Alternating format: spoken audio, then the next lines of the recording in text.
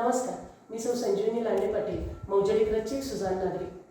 जगू आनंद आहे हा माझा व्याख्यानाचा विषय. त्यातलाच काहीसा सारांश मी तुम्हाला आज सांगणार आहे.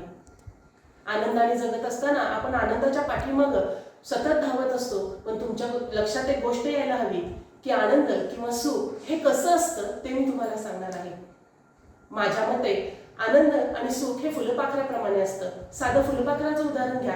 ज्यावेळेला तुम्ही फुलपाखराच्या पाठीमागं त्याला पकडण्यासाठी धावता त्यावेळेला ते दूर पळून जातं. आपल्या आयुष्यातल्या आनंदाचं आणि सुखाचंही तसंच आहे. ज्यावेळेला आपण आनंदाच्या आणि सुखाच्या पाठीमागं धावतो त्यावेळेला ते कधीही आपल्याला मिळत नाही, ते आपल्यापासून लांब पळून जातं.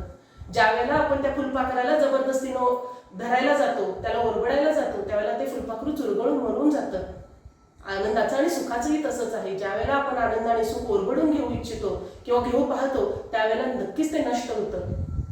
पण ज्यावेळेला आपण बागेमध्ये निरपेक्षपणे बसलेला असतो, आपलं काम करत राहतो, त्यावेळेला अलगदपणे ते फुलपाखरू जसं आपल्या खांद्यावरून बसतं किंवा मनगटावरून बसतं, तसंच आपल्या आयुष्यातल्या आनंदाचं आणि सुखाचं आहे. आपण ज्यावेळेला आपलं कर्म, आपलं काम निरपेक्षपणे करत राहतो त्यावेळेला आपल्या आयुष्यातला आनंद आपल्याला नक्कीच अतोनात मिळतो.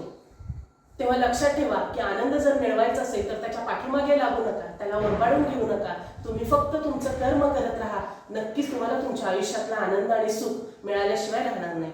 धन्यवाद.